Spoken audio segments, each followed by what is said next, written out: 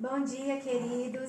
Estamos aqui hoje para a nossa primeira aula online da Escola de Discípulos. Na verdade, hoje é a 8ª aula, mas é a primeira vez que vamos transmitir pelo YouTube. Infelizmente, essa transmissão inicial não vai poder ser ao vivo, por isso nós estamos gravando e em seguida vai ser compartilhado com vocês e vocês vão poder assistir e compartilhar com as outras pessoas, tá bom? Nós estamos estudando o livro Em Busca de Timóteo, do Tony Cook, e nós já estudamos até o capítulo 14. Hoje nós vamos estudar o capítulo 15 e o capítulo 16. Hoje nós vamos dar início à terceira parte de 5 do livro Em Busca de Timóteo. E este livro ele trata do Ministério de Socorros, que é tão importante para o corpo de Cristo, que é a igreja. Como a gente viu já algumas aulas atrás, o corpo de Cristo ele possui 5 dons ministeriais, né? Jesus designou 5 dons ministeriais, e que é o apóstolo, o pastor, o mestre, o profeta e... esqueci. O apóstolo, o mestre, o profeta, o evangelista e o pastor. Isso, obrigada. Meu assessor aqui está me ajudando. São esses 5 dons ministeriais. E não necessariamente nós nos encontramos enquadrados nesses 5 dons ministeriais, né? Muitas vezes nós estamos trabalhando em áreas de suporte da igreja. Por isso que chama Ministério de Socorros. A gente trabalha onde precisa. Então, é departamento infantil, cuidar das crianças, departamento de música, né? Vida plena nos lares, vida plena nas ruas, o trabalho de limpeza e manutenção da igreja, né? Várias coisas. Agora, essa parte de tecnologia, que é uma área nova que a gente está desenvolvendo na nossa igreja, que precisa de pessoas que saibam fazer isso dessa forma, são ministros de socorros. Todas essas pessoas que trabalham de alguma forma na igreja são ministros de socorros. Ministro é aquele que serve a Deus e aos outros. E ministro de socorros é alguém que presta socorro, promove estabilidade, adiciona força, sustenta e auxilia. Tá bom? Na primeira parte do livro, nós estudamos diversos princípios bíblicos aplicáveis ao Ministério de Socorros. Na segunda parte do livro, nós vimos vários exemplos de pessoas que atuaram de forma excelente no Ministério de Socorros. E agora, nessa terceira parte, nós vamos estudar as qualidades de caráter necessárias para exercer o Ministério de Socorros. E hoje nós vamos ver 2 dessas qualidades de caráter, que é a lealdade e a excelência nas atitudes. O capítulo 15 fala da primeira característica, da primeira qualidade, que é grandes ministros de socorro são leais. Lealdade é uma questão de caráter e pode ser desenvolvida e aumentada. Você tem ou não tem caráter. A gente sabe disso, que caráter é uma questão de ou você tem ou você não tem. Mas você pode melhorar o seu caráter, você pode aprimorar o seu caráter a partir do momento que você permite que o Espírito Santo que habita dentro de nós desenvolva isso dentro de nós. Amém? E a lealdade, ela pode ser, como qualquer outra característica de caráter, ela pode ser desenvolvida e aumentada. No segundo livro de Crônicas, no capítulo 19, no versículo 9, na nova tradução da linguagem de hoje, diz assim: Ele lhes deu a seguinte ordem: cumpram com lealdade todos os seus deveres para com Deus, o Senhor, respeitando-o e obedecendo-lhe com todo o coração. Cumpram com lealdade todos os seus deveres para com Deus, o Senhor, respeitando-o e obedecendo-lhe com todo o coração. Então, a lealdade ela pode ser definida como respeito aos princípios e regras que norteiam a honra e a probidade. É uma integridade moral. Também é uma devoção do interior, um compromisso comum num relacionamento para o bem-estar do outro. É um compromisso inabalável. É ser fiel a uma pessoa, a uma causa ou a um ideal. É ser verdadeiro e não falso. A verdadeira lealdade não é apenas de aparência ou da boca para fora, mas é demonstrada e comprovada por atitudes correspondentes. Não é uma coisa que você faz só para as outras pessoas verem, porque Deus conhece o nosso coração. Amém? Mas quando você é uma pessoa verdadeiramente leal, as suas atitudes vão demonstrar e comprovar se você é leal ou não. Então, na Bíblia nós vemos diversos exemplos de homens e mulheres que demonstraram o tipo certo, o tipo verdadeiro de lealdade que devemos ter como ministros de socorros. E hoje nós vamos ver 3 exemplos: Ruth, Itai e Joabe. Ruth era nora de Noemi. Noemi perdeu o marido e 2 filhos na mesma oportunidade. E como ela morava numa terra estrangeira, ela decidiu voltar para o seu povo e liberou as suas 2 noras, que também eram estrangeiras e que ainda não tinham tido filhos. Elas não eram judias como Noemi. Noemi habitava numa terra que não era a terra dela. E as suas noras também habitavam em uma terra estranha. E aí, o que Noemi fez? Noemi falou: olha, vocês 2 perderam os maridos, meus filhos morreram, então voltem para suas famílias, reconstruam a vida de vocês, retomem a vida de vocês daqui para frente, né? E uma das noras acatou a liberação de Noemi, voltou para sua família e nunca mais nós ouvimos falar dela na Bíblia. Ruth, porém, teve uma atitude diferente. Ruth foi leal a Noemi. E lá no capítulo 1 de Ruth, nos versículos 16 e 17, Ruth diz assim a Noemi: não insistas comigo para que eu te deixe e que não mais te acompanhe. Aonde fores, irei. Onde ficares, ficarei. O teu povo será o meu povo e o teu Deus será o meu Deus. Onde morreres, morrerei e ali serei sepultada. Então a gente vê aqui que Ruth demonstrou forte lealdade à sua sogra Noemi. Ela fala: o teu Deus será o meu Deus, o teu povo será o meu povo. Para onde você for agora é o meu destino, né? Então, ela podia muito bem ter retomado a sua vida. Ela era nova, ela ainda não tinha tido filhos, né? Ela podia voltar para sua família e retomar a sua vida dali para frente. Só que Ruth conheceu o Deus de Noemi. Ruth conheceu os princípios de Deus através da vida da sua sogra. E ela decidiu ser leal à sua sogra, ser leal a esses princípios e ser leal ao Deus de Noemi, que passou a ser o Deus de Ruth também. E a gente vê como a lealdade de Ruth redundou numa história completamente diferente para ela. A gente não sabe o que aconteceu com a outra nora de Noemi, mas a Bíblia registra o que aconteceu com Ruth por causa da sua lealdade. Ruth e Noemi voltaram para Israel, voltaram para as terras do povo de Deus. E ali no começo elas tiveram muitas dificuldades, mas em todo o tempo Deus era com elas. E Deus foi abençoando, abrindo as portas. Ruth conheceu uma nova pessoa, essa pessoa resgatou a sua honra, resgatou a sua dignidade, casou com ela, deu a ela um filho, e esse filho entrou na genealogia de Jesus. Ruth entrou na genealogia de Jesus por conta da sua lealdade à sua sogra. Olha que coisa linda. A lealdade gera benefícios que a gente não consegue imaginar.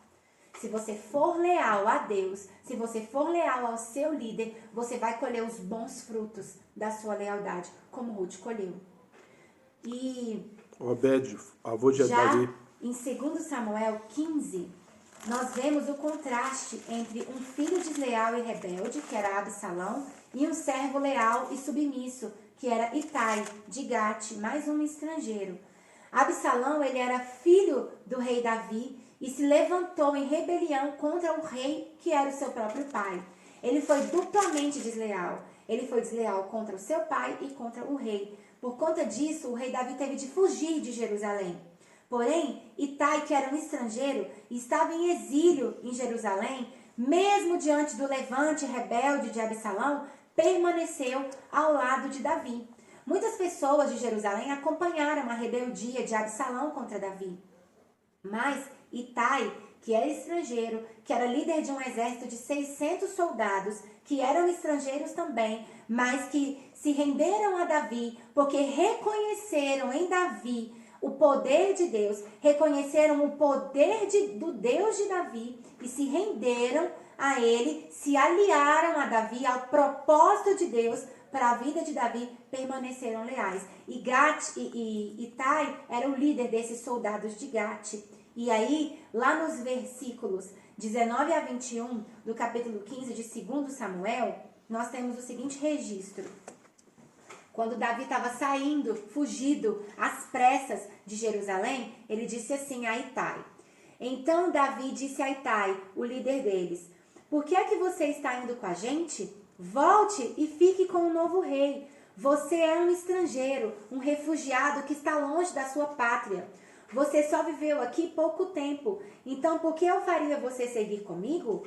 Eu não sei para onde vou. Volte e leve os seus companheiros, e que o amor e a fidelidade do Senhor estejam com você. Assim como Noemi, Davi liberou esses estrangeiros para voltarem para a sua terra. Mas olha a resposta de Itai para Davi.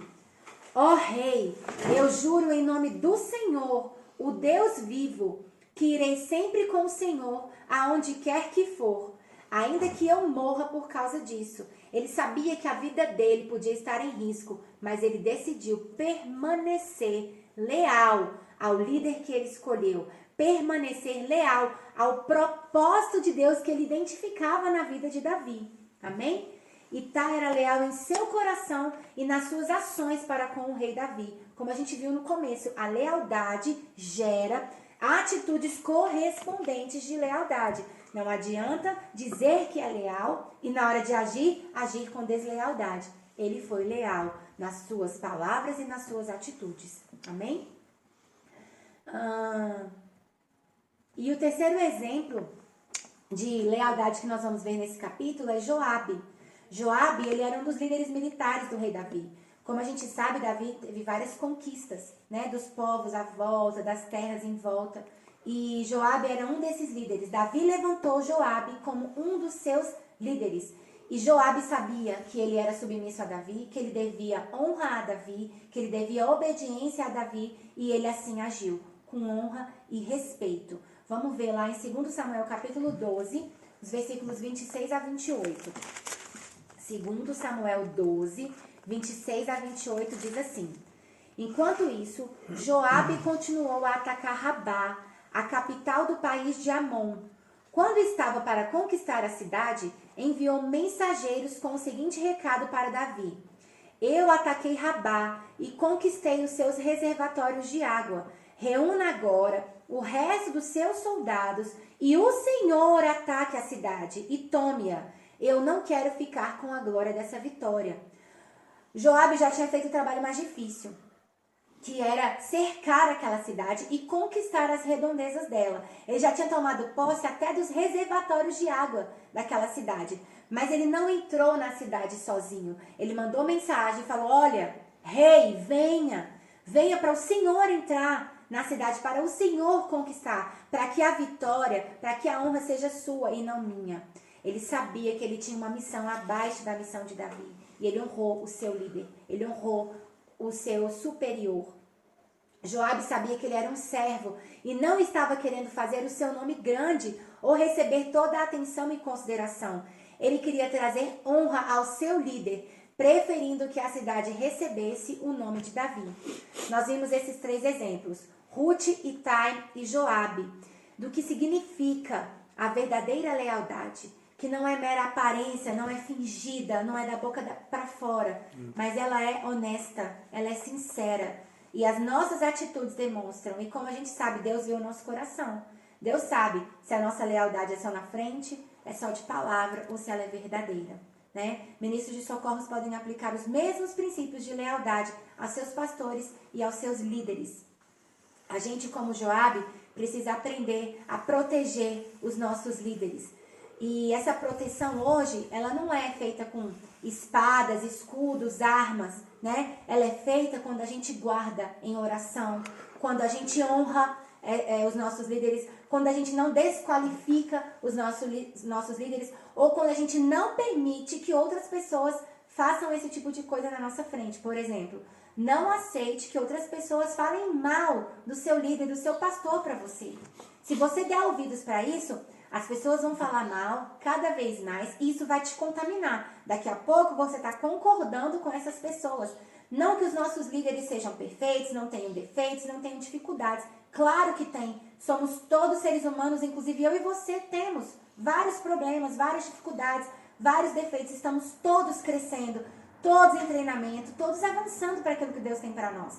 Mas a partir do momento que eu gasto meu tempo, a minha energia, ouvindo comentários negativos, críticas desnecessárias e ouvindo isso das outras pessoas, eu vou ser contaminada com esse comportamento, com essa atitude errada, né? E você acha que o seu líder ia ficar feliz de saber que você está ouvindo outras pessoas falando mal dele e não defende? Não que você tem que defender de forma irresponsável, mas você pode falar, olha, eu não quero ouvir esse tipo de coisa, não me procura mais para falar sobre isso. Ou então, você sabe por que ele tomou essa atitude? Você conhece todos os lados da história para saber o que levou o pastor, o líder, a decidir dessa forma? Então, cuidado antes de fazer julgamentos precipitados, porque muitas vezes a gente não conhece a história completa e é muito fácil se posicionar precipitadamente de forma errada. Precisamos ser sábios, inteligentes, guiados pelo Espírito Santo, para não sermos desleais, para não desprotegermos, para não desqualificarmos, para não desonrarmos os nossos líderes. Uma das nossas responsabilidades como ministros de socorros é representar bem o nosso pastor, os nossos líderes e os outros membros da nossa equipe de maneira favorável, especialmente quando outras pessoas fazem críticas e reclamações injustas. É muito comum em grupos as pessoas terem opiniões diferentes, mas se a gente decide ser leal e obedecer às direções, nós vamos colher os bons frutos disso. Agora, se a gente parte para divisão, para picuinha, para briga, para contenda, a nossa equipe vai ficar dividida. A nossa equipe não vai ter a bênção de Deus, porque Deus só abençoa aonde tem unidade. Então, a unidade da equipe é sua responsabilidade e é seu dever manter a unidade. E isso é uma atitude de lealdade. Amém?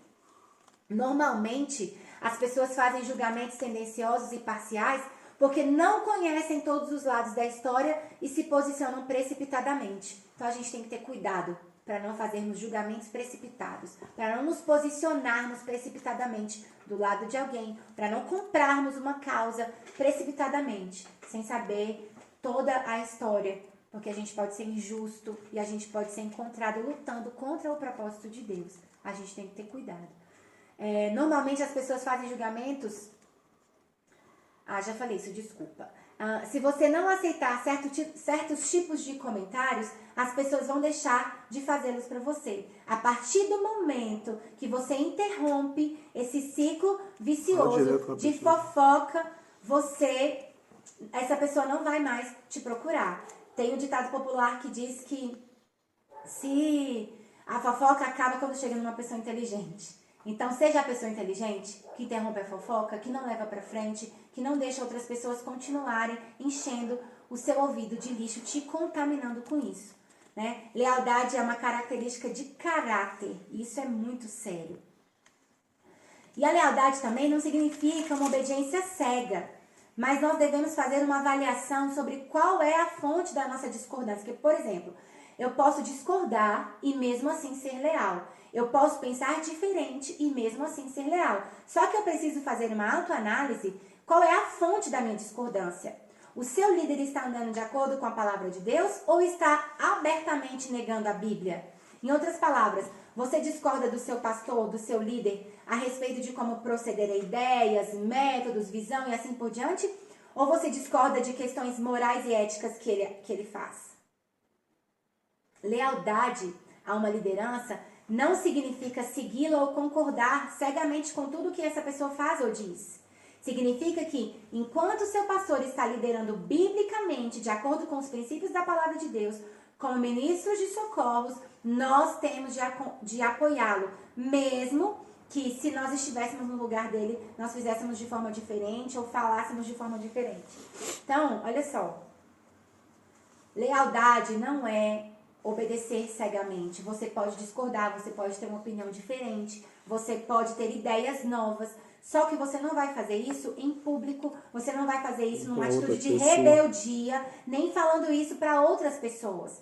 Você vai fazer isso particularmente. Procura o seu líder, procura o seu pastor, Converse com ele. Fala, olha só, eu estou pensando sobre essa situação dessa forma, diferente de como o senhor, a senhora estão agindo. O que vocês pensam? O que vocês acham a respeito disso? Vamos orar por essa nova direção? Sabe? Você pode ganhar o coração do seu pastor, ganhar o coração do seu líder dessa forma e conseguir implementar essas coisas, se for realmente coisas boas. Porque a experiência que eu tenho de liderança, muitas vezes as pessoas dão muitas ideias, mas normalmente elas não estão dispostas a executá-las. E aí só aumenta o trabalho e o serviço do próprio líder. E às vezes a gente pode facilitar. Se você dá a ideia, já chega com a disposição de executar isso ou com as condições de fazer isso, porque vai facilitar o trabalho do líder e o trabalho da equipe, né? E se você tem mesmo algumas outras contribuições, procure o seu líder e converse pessoalmente com ele. Não fale isso em público, não levantando isso como rebeldia, não colocando isso como contenda e não semeando isso no coração das outras pessoas como divisão. Mas converse com ele no particular, pessoalmente. E aí, em público, você externa a sua obediência e o seu apoio 100% à sua liderança. Menosprezar a liderança do seu líder ou do seu pastor definitivamente machucará a igreja. Nós somos o corpo de Cristo. Cada um é uma parte do corpo de Cristo. E se você menospreza, se você despreza, se você desrespeita, desonra, você está machucando, você está causando dor, você está causando prejuízo para a obra de Deus, para o corpo de Cristo, que é muito maior do que essa sua pequena desavença, essa sua pequena diferença, tá bom? Deus abençoa a unidade e não a divisão. Temos que ter cuidado para não sermos as pessoas que causam contenda e divisão. Expresse seus pensamentos e sentimentos abertamente com seu pastor em particular, mas em público, apoie-o 100%. Amém? Promova o seu líder. Nossa tarefa como ministros de socorro, os membros de equipe, não é promover a nossa própria popularidade, não é criar nossos seguidores, não é ter um sub-reino dentro do reino de Deus, né? Uma igreja particular da Fernanda dentro da igreja, não é assim. Né? O nosso trabalho não é esse, pelo contrário, a nossa tarefa é promover o reino de Deus, a missão que Deus confiou ao nosso líder, que é o pastor, e também encorajar outras pessoas a seguirem a liderança deles, é encorajar os outros integrantes os outros integrantes da equipe a fazerem da mesma forma, amém? A lealdade, ela é a âncora que nos suporta nos momentos de dificuldade, ela que vai dar o suporte para nós permanecermos firmes na posição correta. Ser uma pessoa leal não quer dizer que você sempre concorda com o pastor ou que você nunca se sinta frustrado em seu trabalho na igreja. Nós encontramos diferenças e frustrações em todo tipo de relacionamento e serviço. Todos os níveis de relacionamento que nós temos, todos os níveis de serviços que nós exercemos, nós vamos encontrar dificuldades, problemas, frustrações. E nós temos que ter cuidado com isso. A lealdade provê justamente a estabilidade para essas situações. Ela é a âncora que nos mantém firmes em tempos difíceis. Eu permaneço firme, leal ao meu pastor, ao meu líder, ao meu chefe, porque eu sei o compromisso maior que eu tenho. Eu permaneço firme, fiel, leal ao meu marido, né, à esposa, ao filho, ao pai, porque eu sei que o vínculo que nos une é muito maior do que aquela pequena discussão, aquele pequeno problema. Você pode, inclusive, discutir questões divergentes, você pode colocar seus pontos de vista divergentes, mas isso não pode ser suficiente para romper os relacionamentos, né? A gente não vai concordar com tudo sempre, é normal isso. Mas a gente precisa aprender a colocar o nosso ponto de vista, a ouvir o ponto de vista das outras pessoas, a ceder, a abrir mão às vezes do que a gente pensa, do que a gente acha, em prol do todo, do coletivo, do objetivo maior, que é o reino de Deus, né? A lealdade permite que a gente coloque toda a nossa atenção e energia em resolver os problemas, em superar as dificuldades. Porque o relacionamento, o casamento, a amizade, a igreja, a equipe são muito maiores do que esse pequenininho problema. Amém? Nós precisamos sempre entender isso, que o propósito geral é mais importante do que o assunto do qual você discorda. Pense sempre no coletivo, pense sempre na igreja, pense sempre no todo, não olhe só para o seu umbigo. Eu gosto de falar isso para mim muito, Fernanda, você não é o centro do universo. Você não é o centro do universo. As coisas não giram em torno de você exclusivamente. Pense nas outras pessoas. Considere o trabalho das outras pessoas. Pense nas dificuldades que é ser líder. Pense na dificuldade que é exercer, a responsabilidade que é exercer uma liderança. Pense nas dificuldades das outras pessoas da equipe. Se coloque no lugar das outras pessoas e tenha paciência, tenha empatia, tenha amor para agir com as pessoas. Amém? Lealdade é uma expressão de maturidade e de amor. Só uma pessoa madura consegue permanecer leal em momentos difíceis. E só uma pessoa que é cheia do amor de Deus consegue permanecer leal em momentos de dificuldade. A lealdade, por fim, para a gente encerrar as características dessa característica, é que a lealdade leva a transições positivas. Transições. Muitas vezes nós não vamos permanecer o resto da vida na mesma igreja, ou na mesma equipe, ou no mesmo lugar, no mesmo trabalho, no mesmo serviço. Muitas vezes nós vamos mudar de cidade, nós vamos mudar de ambiente, né? Nós vamos ser promovidos, ou nós vamos rescindir aquele relacionamento, nós vamos botar fim encerrar um ciclo e começar um ciclo novo. E essas transições, elas precisam ser feitas de forma positiva. Lealdade é isso, é você saber transicionar de posição, mudar de posição de forma positiva. Então, enquanto você estiver debaixo de uma liderança, seja leal a essa liderança.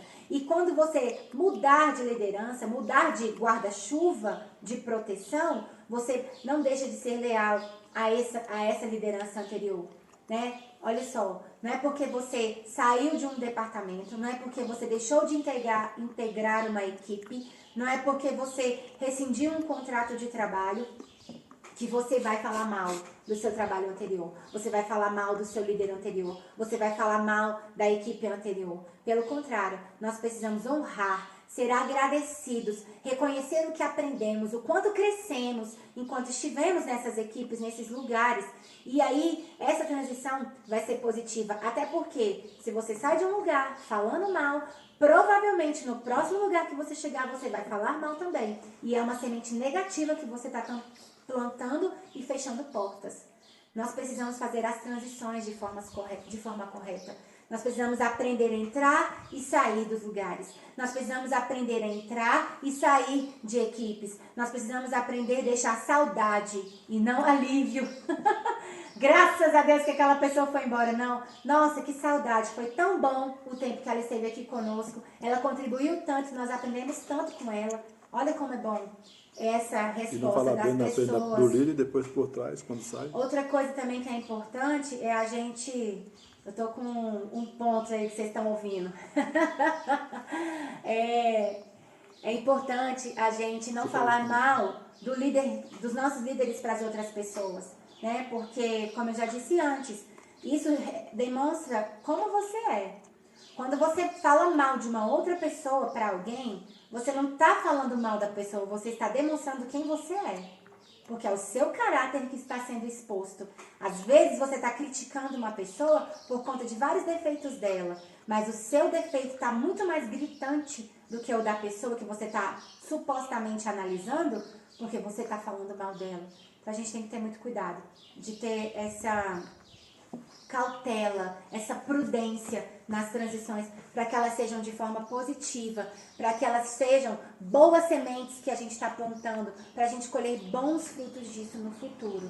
Amém? A lealdade exige que você ande sempre em honra, cortesia e respeito, mesmo que você não integre mais aquela equipe, mesmo que você não esteja mais debaixo daquela liderança.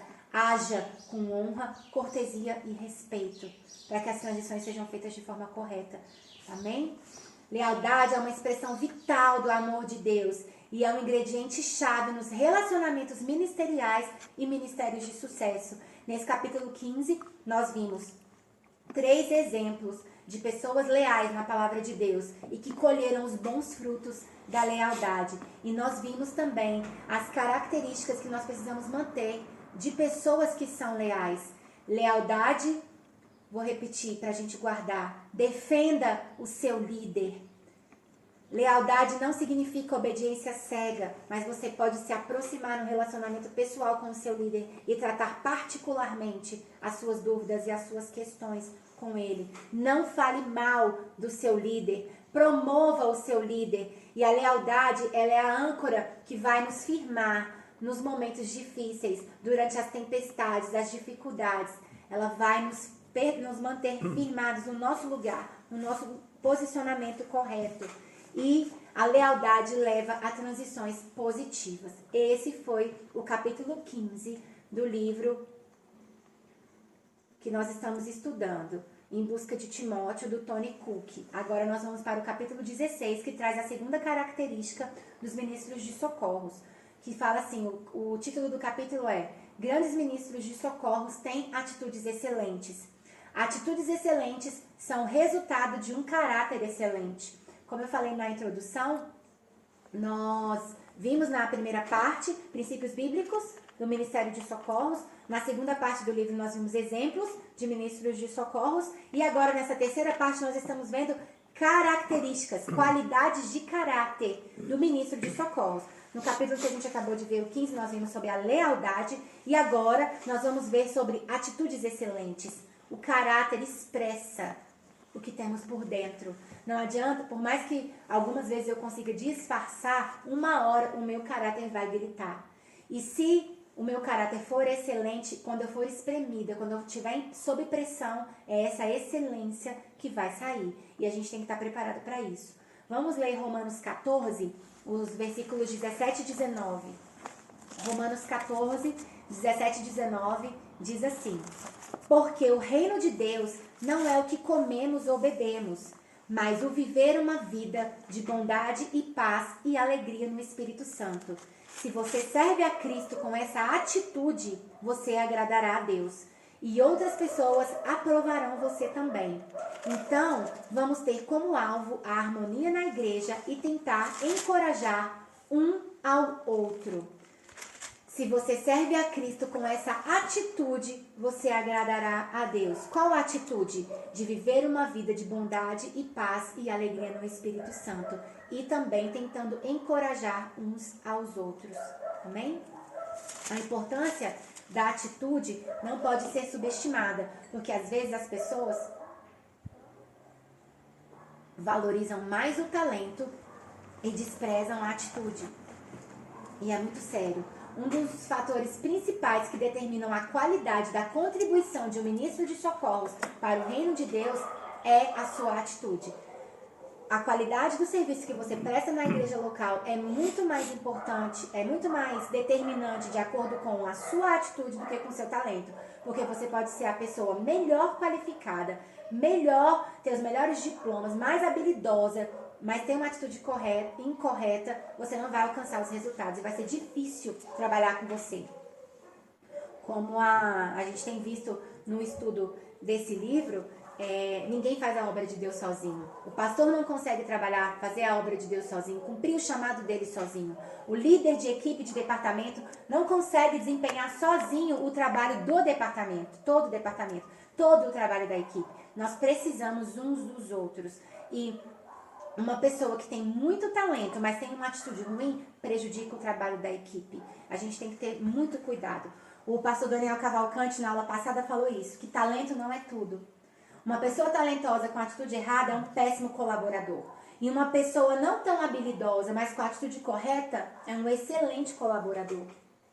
O autor do livro, Tony Cook, traz um exemplo dele. Ele era pastor auxiliar na igreja local e ele tinha o pastor presidente, que era o líder dele. E ele identificou que o pastor presidente tinha muitas responsabilidades, muitos problemas para resolver, muitas coisas para lidar.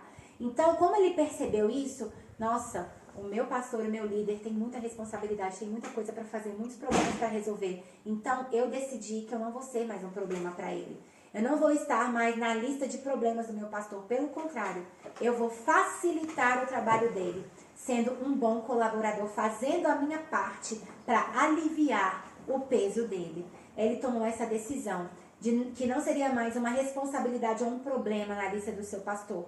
E ele se esforçou para animá-lo e não colocá-lo para baixo. Ele queria facilitar o trabalho do seu líder e não complicá-lo. Isso é muito sério, a gente pode olhar isso para nós. Onde você está hoje, como você tem agido, como você tem feito, é uma reflexão que a gente precisa fazer. Todo ministro de socorros deve se esforçar em não dar trabalho, mas sim ser um membro que complete o trabalho, que ajude a equipe, que adicione força, que não desmotive, que não desvalorize a equipe, mas pelo contrário, que melhore a qualidade do serviço, que facilite o trabalho do líder e das outras pessoas. Amém? Ter uma atitude correta não somente faz do ministro de socorros uma bênção para o líder, mas também ajuda a motivar o resto da equipe. Boas atitudes são contagiantes. Quando a gente tem uma atitude positiva, uma boa atitude, a gente contagia as outras pessoas, a gente incentiva, inspira, encoraja as outras pessoas a fazer da mesma forma. Ao passo que atitudes ruins também são contagiantes e elas criam ambientes de trabalho negativos, hostis, tristes, pesados, carregados e fazem os outros se sentirem desconfortáveis, como se tivessem que pisar em ovos o tempo inteiro. Gente, como é difícil integrar uma equipe quando tem uma pessoa que é melindrosa, quando tem uma pessoa que é imatura, porque a equipe fica toda cheia de ponta de dedo para falar com aquela pessoa, para agir. Não, nós temos que crescer, nós temos que ser maduros.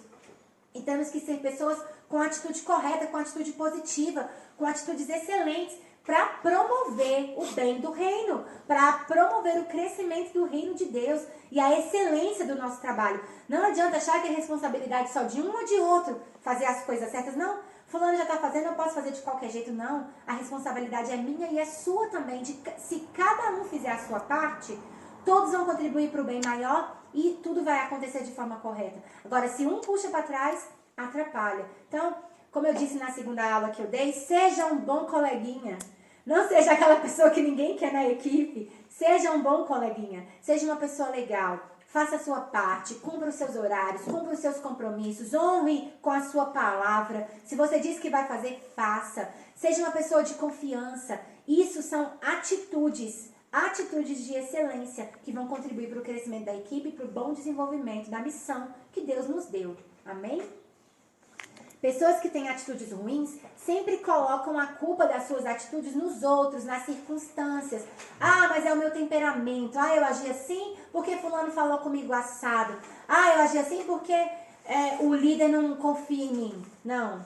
Assuma a responsabilidade das suas atitudes. Cada um é responsável pelas suas próprias atitudes.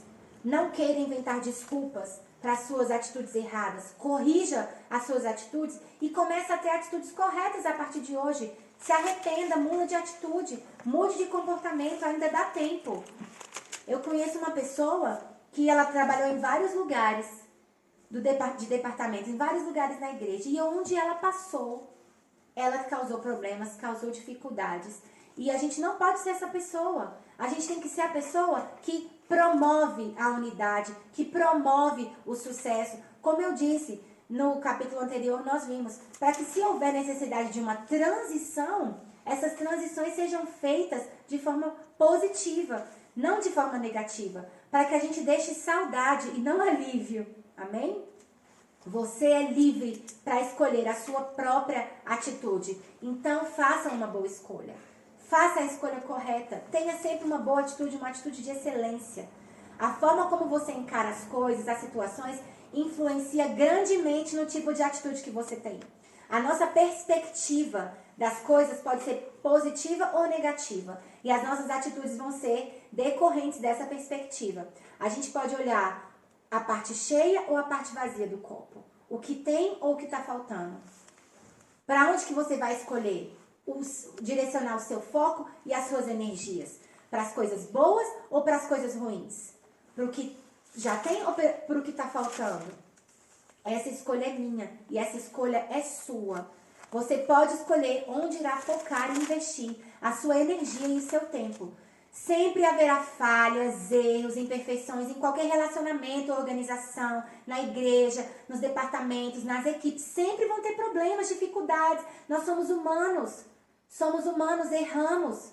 Mas, se nós escolhermos focar nessas coisas, nós vamos ficar sempre frustrados, sempre nervosos, sempre ansiosos. Mas se a gente escolher ter uma atitude de consideração, de empatia, de respeito, de amor, de perdão, nós vamos ter uma atitude correta e vamos colher os bons frutos disso, tanto na equipe quanto na nossa vida. Amém? Você pode ter um grande talento, mas sem uma atitude excelente para acompanhar o seu talento, sua contribuição final pode ser totalmente negligenciada, prejudicada. Então, cuidado. É bom que nós desenvolvamos nossos talentos, sim, nossas habilidades, é excelente. Mas, ao mesmo tempo, as nossas atitudes precisam ser excelentes para acompanhar as nossas habilidades e os nossos talentos. Amém? Você pode ter um grande chamado, uma grande unção sobre a sua vida, mas sem uma atitude excelente, seu desempenho será reduzido drasticamente. Você pode ter uma experiência tremenda e uma ótima educação, mas ainda não será produtivo sem uma boa atitude. No final de tudo, o que importa é uma simples escolha. A sua escolha de agir corretamente ou de agir errado. Uma escolha em positivamente encorajar, cooperar e apoiar, ou atrapalhar, impedir e prejudicar. A gente tem que fazer a escolha certa. Deus fala, né? Coloco diante de vocês a morte e a vida. E ainda dá a dica, escolhe a vida. E aqui é a mesma coisa. Nós temos diante de nós a opção de escolher a atitude certa ou a atitude errada. E eu vou dar a dica. Escolhe a certa. Escolhe a atitude excelente. E desenvolva isso. Pode ser que no começo seja difícil. São coisas que a gente vai tendo que exercitar. Mas a partir do momento que nós vamos exercitando, vamos praticando, vamos colocando isso em prática, vai se tornando natural, vai se tornando normal, vai sendo fácil. E daqui a pouco é natural. Flui de você naturalmente as atitudes excelentes. Flui de você naturalmente o amor, o perdão, o respeito, a empatia, a consideração, a lealdade, a fidelidade. Isso vai fluindo de dentro de nós naturalmente. Porque nós exercitamos tanto isso que isso se tornou parte do nosso caráter. Amém? Nada pode parar o homem que tem uma atitude mental correta para alcançar o seu objetivo. Como também nada no mundo pode ajudar um homem com uma atitude mental errada. Essa frase está no livro, está entre aspas, não fala de quem é, mas eu achei muito interessante, porque é a pura verdade. Nada pode parar o homem que tem uma atitude mental correta para alcançar o seu objetivo. Nada no mundo pode ajudar um homem com uma atitude mental errada. Então, gente, a gente precisa fazer algumas reflexões a respeito das nossas atitudes. E eu vou apresentar aqui 5 perguntas para a gente encerrar esse capítulo e a gente pensar. Você mantém uma boa atitude no seu trabalho, no seu ministério, no seu serviço a Deus? O que você faz para se manter positivo quando circunstâncias ruins ou pessoas difíceis chegam? Você é uma pessoa agradável e positiva para aqueles que estão perto de você? A sua atitude exala e encoraja seu pastor, seu líder e seus colegas? Se alguém ao seu redor tem uma atitude ruim, você permite que isso te coloque para baixo? Bem, são essas 5 questões que nós precisamos avaliar e refletir dentro de nós. Como eu posso ter uma boa atitude e como a atitude das outras pessoas vai me influenciar, positiva ou negativamente. Cabe a mim escolher, porque eu sou responsável pelas minhas atitudes. Amém? Então, assim a gente encerra a 8ª aula, os capítulos 15 e 16, tá bom?